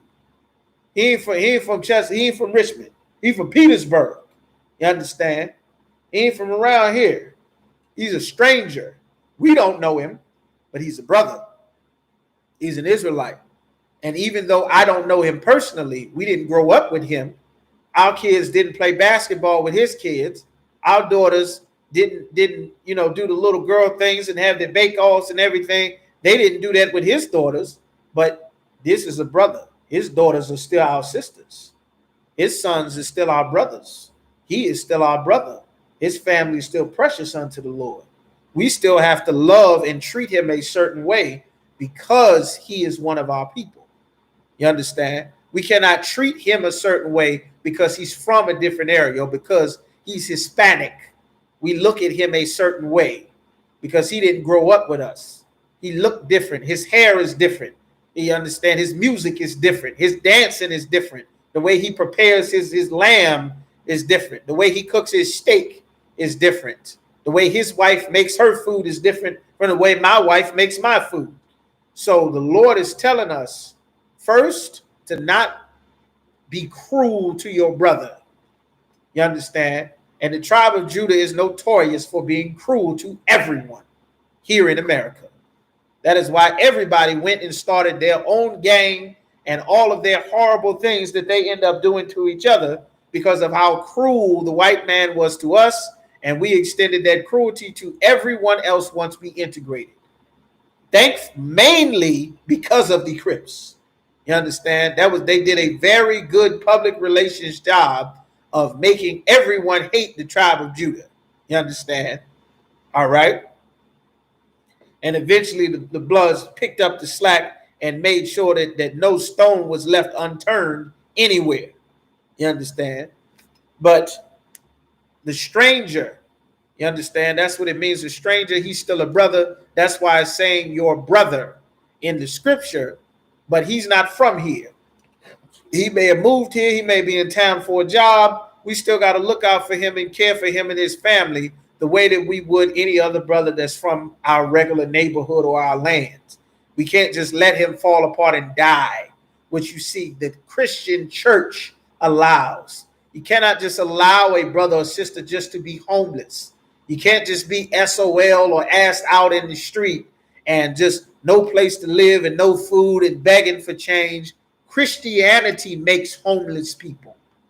Christianity makes brothers and sisters be raised without parents. Christianity makes single mothers, makes divorces. You understand? Christianity does this to our people. These laws in the Bible are to make sure that you take a personal responsibility into extending brotherhood and sisterhood. It is not an appointed candidate's job to be a brother and a sister in your neighborhood, in your community. It is not some elected official's job to make sure that the sons and daughters in your community know not to stab and fight each other in the Lynn Haven Mall in Virginia Beach. It is your responsibility, but everyone is a Christian, and Christianity does not teach our people how to love one another. So what's going to happen? We are all going to stab and shoot each other in the streets, all over Virginia, all over Hampton, all in Richmond. We're going to fight and shoot and kill each other until we all end up in jail, when we continue to fight and stab each other until we all die. That's what's going to happen. We'll abort our babies until there is no more babies. We'll have divorces until there is no more families. And mommy is raising everyone by herself, and everybody else is either dead or in jail or somewhere in a white man's community trying to have a relationship with Becky until George Zimmerman kills their black son, and you realize that you have to move back where the niggas are because you were never supposed to be there now that your son is dead. You understand? That's what's going to happen unless we could do something different and actually love one another and learn how the Lord said to treat each other. You understand? So it says, if thy brother be waxing poor and falleth into decay with thee, then thou shalt relieve him. Yea, though he be a stranger or a sojourner, meaning he's traveling through this land. He's staying here for a period of time. He's trying to get to another place. He could be here for the Passover. Of course, there's a law. Every tribe has to show up to Jerusalem, you understand, to the city of David for the Passover. You got to be there, present yourself for the Passover. So you might be staying from out of town. Don't take advantage of your brother because he's from out of town. Because he doesn't speak English, now you charge him double what everybody else would be charged. That's what these laws are saying. That he may live with thee. There was a time when we were such a righteous and an honorable people that you could bring a brother or a sister or their family in and they could stay with you. You could bring them in and say, well, he's one of us. Well, I know his sons and daughters are not going to steal because my sons and daughters don't steal. We don't do that. That's not our thing. We don't steal. Do what? Rob each other. No, we don't rob each other. We don't steal. Why would we just attack him? This is a brother. What do you mean he's not from around here? He's the Israelite. You see his fringes? You see him? That's Issachar. That's Zebulon. We are supposed to know each other. The Christian church has failed to teach us that Mexican is our brother, that Puerto Rican is our brother, that El Salvadoran is our brother. We shouldn't beat him up and steal the cash out of his pocket because he works at a construction site and he only has cash because he doesn't have a social security number. You shouldn't beat and rob all the damn Hispanic brothers and sisters that do cash businesses selling Italian ices and elotes and tacos on the street out of their stand because this is your brother. You can't do that. You can't beat up and steal up money from selling roses. This is your sister. You can't rob his store. You understand? You can't rape them. You can't rape anybody. You can't rob anybody, but you must take special care that there is not a brother or sister around that's just destroyed. You understand? You got to take care of it. This law is saying there was a time when we could do that. Now, you cannot bring a brother and sister off the street and bring him amongst your family. You better not take a brother and sister off the street and bring him around your daughters and bring him or bring her around your sons and your daughters. You better not. You better not. I understand it's a very Christian thing. And a lot of you brothers and sisters, especially you sisters, you think it's a good idea letting that cousin stay with you. You better be very cautious about who you bring in your house, especially around your children. Is the big cousin and the uncle and the grandmother.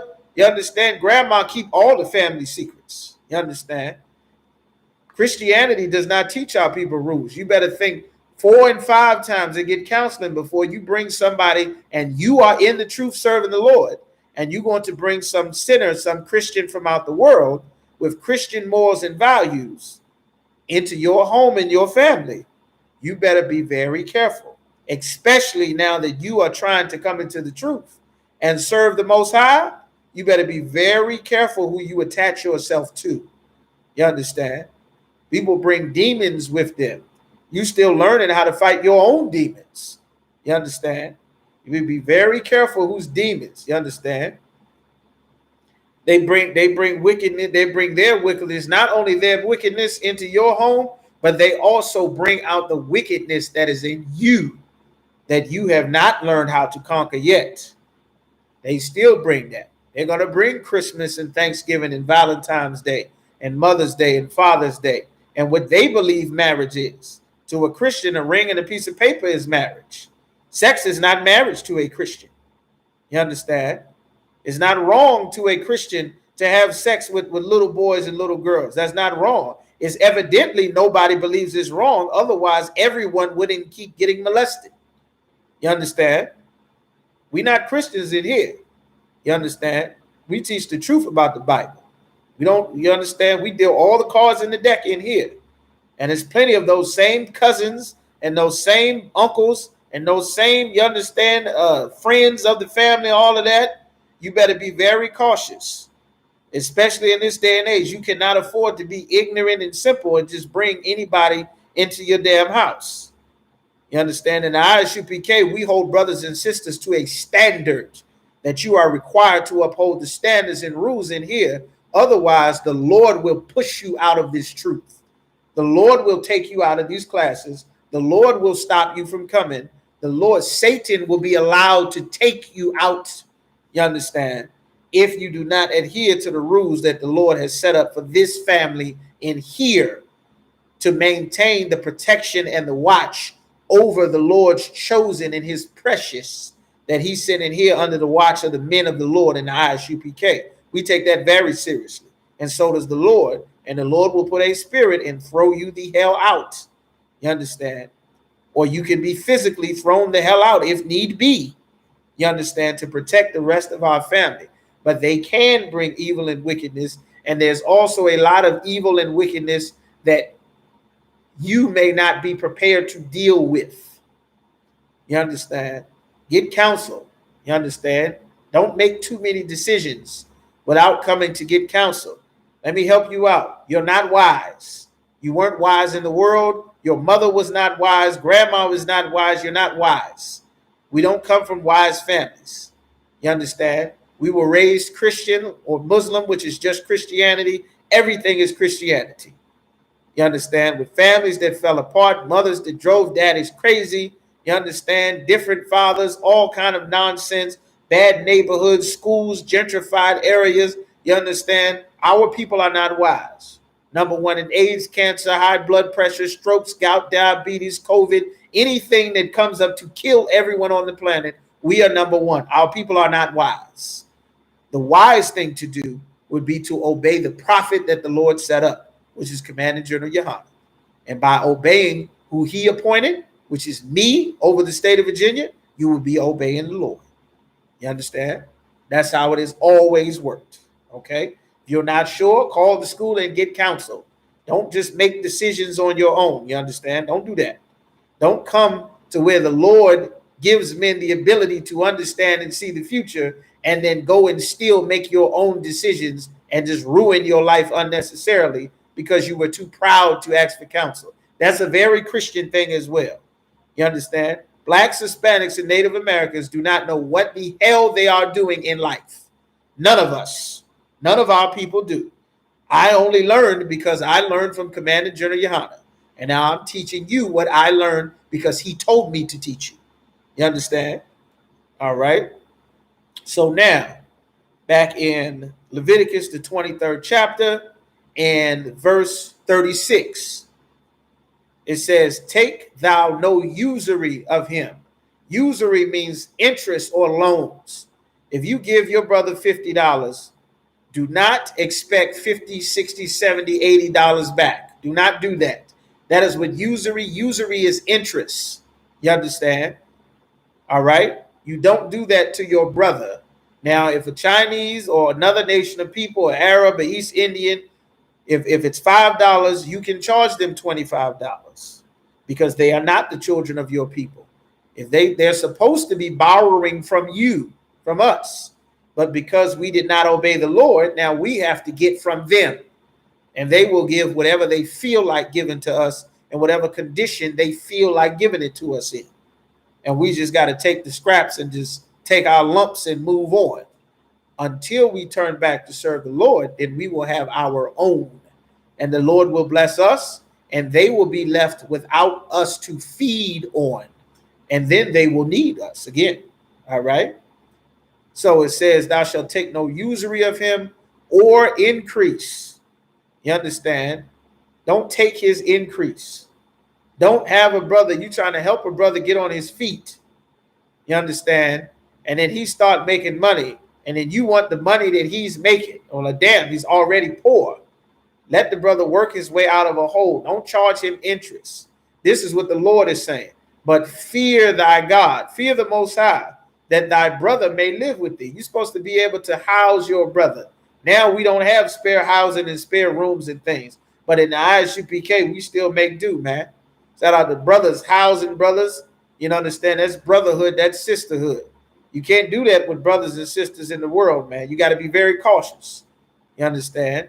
A lot of people do that. We grew up like that, and grandparents and things bought people, and they stayed in there, cousins and relatives from out of town. That was our custom. You understand? Now you better be extremely cautious with who you allow into your home and into your family house, man. You get some cousin in there that don't care about nothing, some sister in there that don't care about nothing, and she running niggas in and outside of the house and having sex with different men, and now your house is full of the arguing between her and her baby daddies, and they fighting, and the police is called. Now you and her getting thrown out of the damn complex because your rental office is tired of the police getting called on you. The scriptures say you better be wise as a serpent and harmless as a dove. These lessons in these classes are extremely important. You understand? Don't be in here just sitting nodding off looking at the stars. This is a training. You understand? These lessons will be life and death important lessons. You make some decision, man. You a sister and you single, you better learn. You better come and get counsel from the Lord before you go and marry some brother in the world. You understand? You a woman, you be tied to that brother for the rest of your life. There is no getting out of that. You better get counsel. You understand? Maybe you should go a time without being a man. You understand? No, you ain't gonna come from amongst them. If you got a man, you lay down, you have sex with that man, and you and that man are still together, y'all still having sex. That is your husband. Ain't no come out from amongst that man. You tied to that man. Ain't no getting out of that. Unless that man decides to leave you and he say he don't want you anymore. You understand? That's a whole different story. Still, come to class, do your 90 days consistently, sign into class, and you will have something that our sisters never get in the world. Right. You understand that correctly. You understand? Sometimes, you may live with brothers and sisters. You may live with your family. You may live with cousins and aunts, uncles and relatives and spouses and different things that are still in the world that celebrate Christmas and Thanksgiving. And you had better be wise, as though you had an enemy that was hunting to you. Everybody says family and friends too. There is an enemy that is hunting to take the spirit out of you that wants to serve the Lord. That spirit is on your mom. It's on your cousin. It's in your job. It's on the radio. It is Christmas and Thanksgiving and Valentine's. It is everything outside of the ISUPK. It is fighting to make you complacent and acceptable with the life that is going around you, just the way that it is and the way things are going, and not pressing forward to strive to come into the truth, to strive to change from eating pork and celebrating these holidays and smoking cigarettes and weed. You understand? Is striving, fighting against you. That is the spirit that worketh in the world. That Ephesians, the 2nd chapter. That's why it's important to make sure that you are in class. Every time there's an ISUPK class, you need to be in class, because Satan is working to make sure that you don't come to class, that you don't see the need. Eventually, well, I know that's what they said did, but grandma said nobody's perfect. God knows my heart. I'll just eat a little shrimp here and there, just a little shrimp. Shalom, y'all small thought she says a little shrimp ain't gonna hurt. You know what I'm saying? Nobody perfect. Yeah, my cousin, that cousin you smoke weed with, you just stay the hell away from that cousin, man. Until you get strong enough to be able to say no to your Percocet popping buddies and your weed popping buddies. You understand? You can stay away from that sister. If y'all used to go out clubbing and that was your hoeing buddy, and y'all go out and find men and have sex with those men every other weekend, you better stay the hell away from her, man. You better leave Kiki alone. If you got a friend like that, you want to come and serve the Lord, there are things you're going to have to cut off so that you can be made brand new, so that you can be taught. You can't grow. You understand? That's what this is. You have to be fed. So make sure you understand. All right. So now let's go back to Leviticus, the 25th chapter, verse 37. Thou shalt not give him thy money upon usury, nor lend him thy victuals for increase. Victuals is food. You understand? Don't expect increase you giving him food. Brother may need food for his family. You understand? He may need potatoes or something, and you know, in your deep freezer, you understand, you got leg quarters and shanks in your deep freezer, and you understand, and stewed beef chunks, and you got fish, you got snapper and whiting and croaker, and you got potatoes and carrots. You know, you storing up. Don't give the brother some fish and, you understand, food and things to take care of himself or his family, and then say, you know, I'm charging you for that fish. Every fish you eat, all the fish. That was an evil thing that Christian parents used to do. And it comes from slavery, and it's very evil, and it's very unbrotherly. And a lot of these Christian moms, unknowingly, because of the oppression that they are under, they turn their sons and daughters into drug dealers, into criminals that's about anything to get a dollar, unknowingly, because of what they say. You understand? I'm going to read that scripture again. I'm going to give you an example. It says, where's my water? It says, where's the victual Salakia?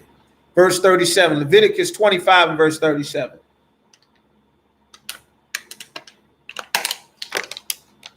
It says, thou shalt not give him thy money upon usury. If you give someone money, you expecting that money back. Let them know that you expecting that money back. If you know that your brother or your uncle or your cousin or some sister or some friend, you know Vicky does not pay the money back. You know Jimmy is not going to pay you back. You know Ricky, you know Nate, you know Sharon is not going to pay you back.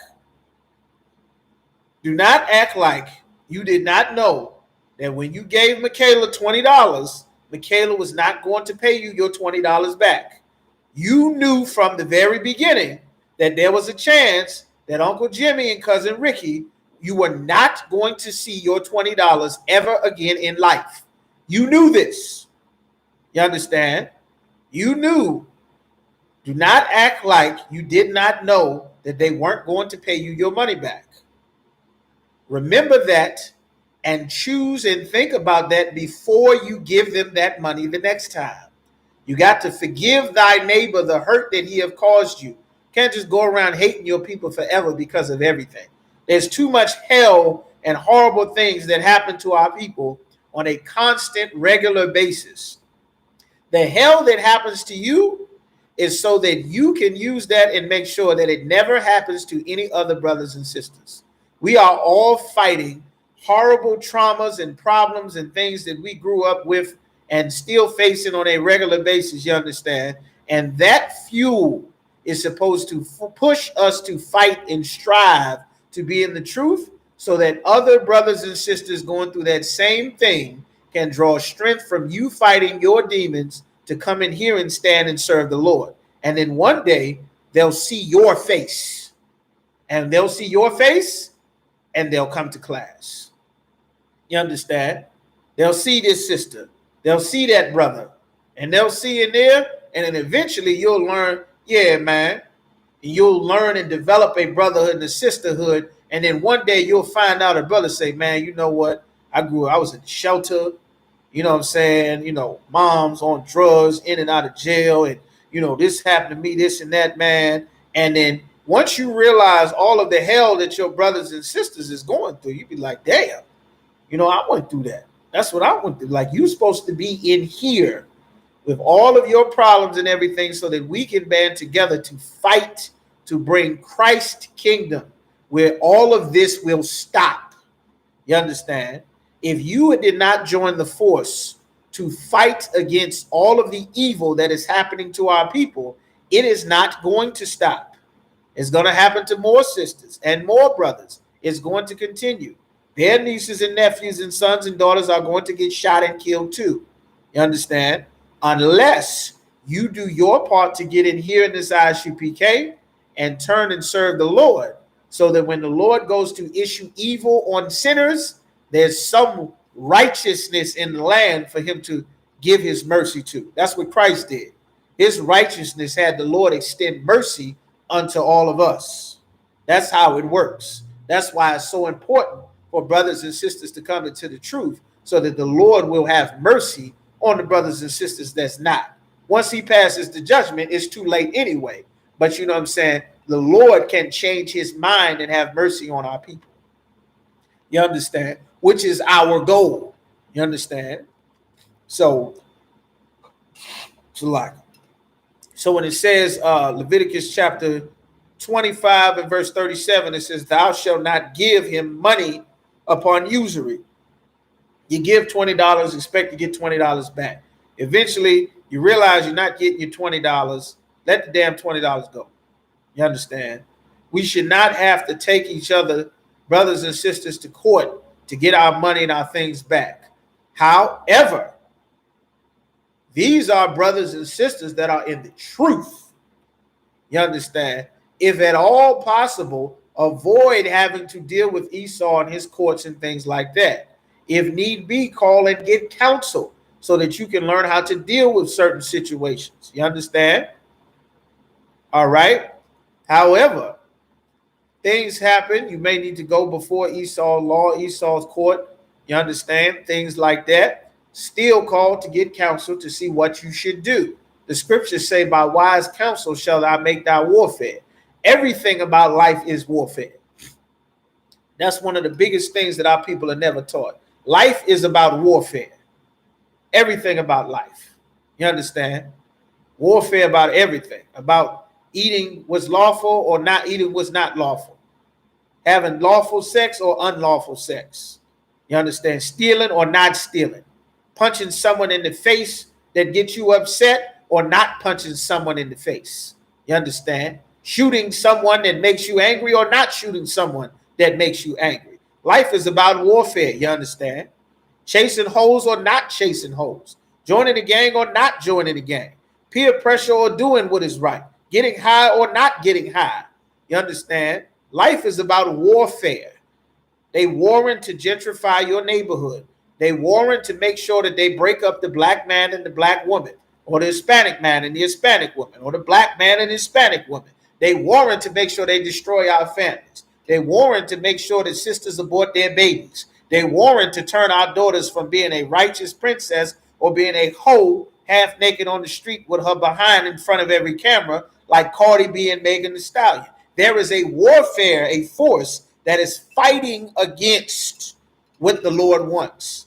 And you have to stand to fight for the force that the Lord wants. There is no neutral or middle ground. It is us versus them. It has always been like that. You understand? That's how the Lord wants you to look at life. Once you realize life is that way, so many things about life will start to make more sense. You'll start to get a better understanding as to why things are happening. It's about warfare. This is not our kingdom. This is not our rest. We are here battling to get back to our culture, to get back to us as a being a nation. You understand? To eventually get our land back. You understand? We're in a battle on all sides, enemies on all sides, every side. That's why, again, Christ told the disciples, I send you out as sheep in the midst of wolves. Be wise as a serpent and harmless as a dove. You understand? All right. So it says here, thou shalt not give money upon usury, nor lend him thy victuals for increase. Don't expect back double what you give somebody, man. Don't do that. Don't do that. If you're going to feed a brother and sister, don't sit and tally up all of it. Either you do it or you don't do it. You understand? Don't do it. It'd be better that you don't do it rather than expecting to get back double and triple your increase on a brother or sister. That is what the other nations are for. You get your increase from the other nations. You understand? You get your usury, your extra taxes and all of that. You don't do that to your brother or your sister. That does not mean that if you have a business and you're selling a product, this is how much the product costs. You understand? That's the price. That's not what usury is. Usury is it normally costs $5. I give you something, I expect extra back. You understand? Don't do that. A question. When our own sister steals from us and tries to destroy us, we still cannot take them to court? Well, it depends on the situation. You understand? It depends on what actually went on. Something like that you want to go to counsel for. A ton of things that happen with brothers and sisters that are in the world, Really, a lot of these families that we grew up in, these families have caused most of the trauma and the problems and the horrible lessons that we learned about life. We learned from these families. There's a family that you are born into to get you on the earth. Then there's a family that the Lord wants you to be a part of, that you have to earn and fight to be a part of the Lord's family, because it has rules and regulations. You understand? That family, that the Lord's family, is in the I.S.U.P.K. The family where your mom and your dad got together, and your dad had sex with your mom, and then you were born, you were a baby. That's just to get you here. Once you are here, now you're in the battle. You understand? But it depends on what happens. Somebody stealing from you, you don't have to deal with them. You understand? You don't have to let someone sit and abuse you. That's not lawful. You don't have to let someone abuse you. You understand? A ton of times, cousins or brothers or sisters or some relative that you figure because y'all got the same last name, or y'all sat and ate Thanksgiving together, or y'all went to the same school, or y'all grew up together, that means that this horrible person that causes nothing but trouble, that gave you your first cigarette and your first Molly, and taught you how to be a whore and run the streets, and then stole from you once you started to get your life together, there's nothing that says you have to ever talk to her again. You understand? The scriptures say, if thy right hand offend thee, cut it off. I'm paraphrasing, of course. You do not have to sit and remain attached to something that is destroying you. That's you understand? You don't have to sit and be attached to that. You have to sit and just be used and abused. You understand? That's not biblical. That's not lawful. That's not biblical. That's not what it means to be in the truth or serve the Lord. You understand? That's not what the scripture said. Somebody steals something from you, you need to get counsel. You understand? They stealing something. If it's something that you have to go to court over, it may be something that's worth going to court about. It may be something you may just need to call it a loss there in the world, sever your ties, and don't ever go anywhere with that person ever again. You understand? Now, of course, that is going to take discipline, because you're used to seeing Aunt Candy at Thanksgiving every year. And in order for you to be able to enforce with the Lord's backing and strength to help you, you're going to have to give up Thanksgiving. And you're going to have to give up the birthday parties and the 4th of July cookouts, so that you can have what comes with being in the Lord's family, which is the Lord's high holy days of Purim and the Feast of First Fruits. You understand?